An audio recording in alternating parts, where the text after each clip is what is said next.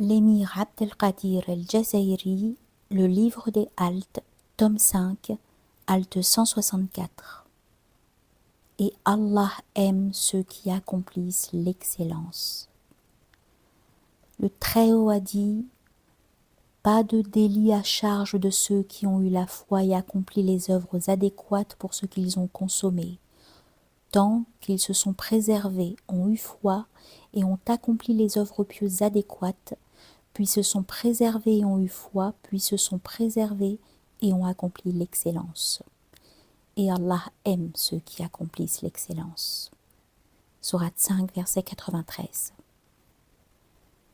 Sache que dans ce verset, la foi est envisagée selon 3 degrés, tout comme la préservation ou crainte pieuse. Premier degré de la foi. Il s'agit de la foi en des choses qui nous sont invisibles et nous échappent sous le rapport du temps et de l'espace, comme le jour de la résurrection, le paradis, l'enfer, l'antéchrist, les hordes de Gog et Magog, etc. À ce degré, le contenu de la foi n'est pas totalement refusé par la raison, mais cette dernière évite de la confirmer. Elle l'accepte comme faisant partie du domaine du possible, ce qui le rend acceptable pour les âmes. Le deuxième degré de la foi, celle-ci atteint des réalités qui sont actuelles pour nous temporellement et spatialement. Ainsi en est-il de la foi de ceux qui côtoient l'envoyé d'Allah, alayhi salatu wassalam, au moment où Gabriel lui apporte la révélation. Les deux parlent et échangent entre eux, alors que les gens autour n'entendent rien et ne voient pas l'ange. C'est aussi la foi en les anges qui se relaient en nous de nuit et de jour, ou les anges gardiens qui nous sont préposés en permanence. La raison refuse ce contenu de la foi, et l'âme est réticente à son encontre. Comment accepter en effet qu'il peut y avoir actuellement en notre compagnie, sans obstacle nous séparant, des entités concrètes, douées de paroles, douées de vue, que nous ne pouvons ni voir, ni saisir, ni toucher? Ce degré de foi est supérieur au précédent, car la raison s'oppose à son objet et le considère comme invraisemblable. De là, les philosophes nient l'existence des anges et des djinns, la réalité de ces derniers étant niée aussi par les mu'tazilites qui considèrent que si les 8 conditions de la vision sont remplies, on doit obligatoirement voir. Le troisième degré de la foi.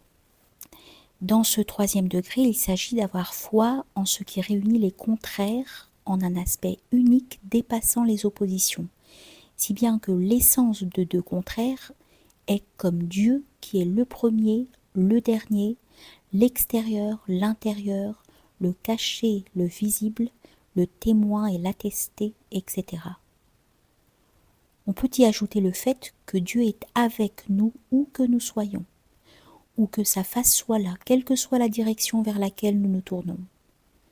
Ce degré est plus haut et plus noble que les deux précédents. Avoir la foi à ce niveau-là est très difficile pour la raison, et même pour ceux qui ont la foi aux 2 degrés précédents. Que dire alors des autres? Aussi tu constateras que nos savants, j'entends par là les savants exotéristes d'entre les théologiens et les autres, ne trouvent pas la paix du cœur lorsqu'il s'agit de ce degré de foi. Alors ils interprètent les données de la foi de telle manière qu'elles soient acceptables pour leurs raisons. Le premier degré de la crainte pieuse ou préservation. Ce premier degré consiste à faire de son âme une préservation pour Dieu dans le sens où l'on attribue à l'âme tout ce qui vient de soi, en bien ou en mal. À ce degré, l'homme se réjouit de son obéissance et se désole de sa désobéissance à l'égard de la loi sacrée.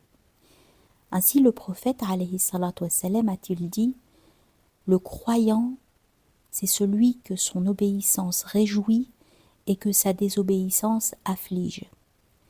C'est le degré des adorateurs, des ascètes, ceux qui sortent de ce bas monde alors que leurs cœurs sont pleins d'altérité. Ils n'échappent pas à l'associationnisme caché puisqu'ils sont satisfaits d'eux-mêmes et attribuent un mérite à leurs âmes lorsqu'ils sont dans l'obéissance, alors qu'ils se fâchent et sévissent contre elles dès qu'ils tombent dans la désobéissance. La cause de cette attitude tient au fait qu'ils voient leurs œuvres comme produites par eux-mêmes. Le deuxième degré de la préservation, dans ce cas, on fait de Dieu le préservateur de notre âme en ce qui concerne le bien et le mal, et on lui attribue le tout. En ce sens, le Très-Haut a dit « Lorsqu'un bien les atteint, ils disent que cela vient d'Allah, et quand un mal les atteint, ils disent que cela vient de toi.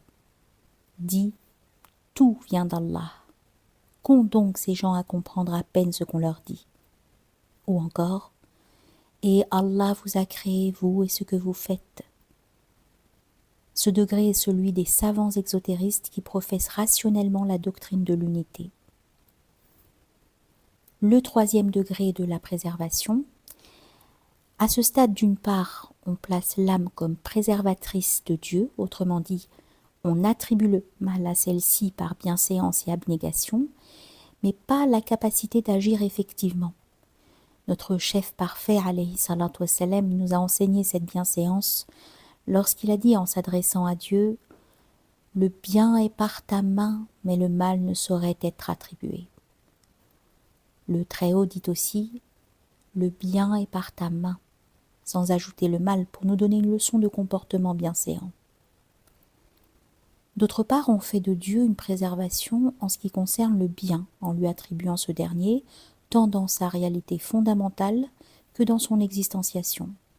C'est pourquoi l'ami intime Abraham a dit « Et quand je suis malade, c'est lui qui me guérit ».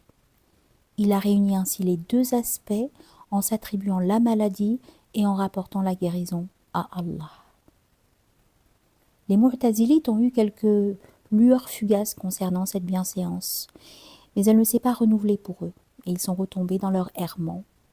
Ils ont attribué le bien à Allah, ce qui est juste, mais ils ont attribué le mal au serviteur en estimant que c'est ce dernier qui le crée et l'existe ainsi, ce qui est faux. Du moins, c'est ce que les théologiens rapportent à leur propos. Dieu sait mieux ce qu'il en est réellement, car on suppose qu'ils n'en sont pas arrivés à cette extrémité d'attribuer l'acte de créer au serviteur créé. Ce troisième degré de la préservation est celui réalisé par les grands maîtres connaissants qu'Allah a privilégiés par l'acquisition des règles de bienséance. Ils se préservent et accèdent au meilleur en intégrant le degré de l'excellence, obtenant ainsi son amour, puisque le Très-Haut a dit « Allah aime ceux qui accomplissent l'excellence ». Dans l'ordre des degrés de l'amour d'Allah pour ses serviteurs, cela vient au deuxième rang, le troisième étant « Et lorsque je l'aime, je suis son ouïe, sa vue, etc. »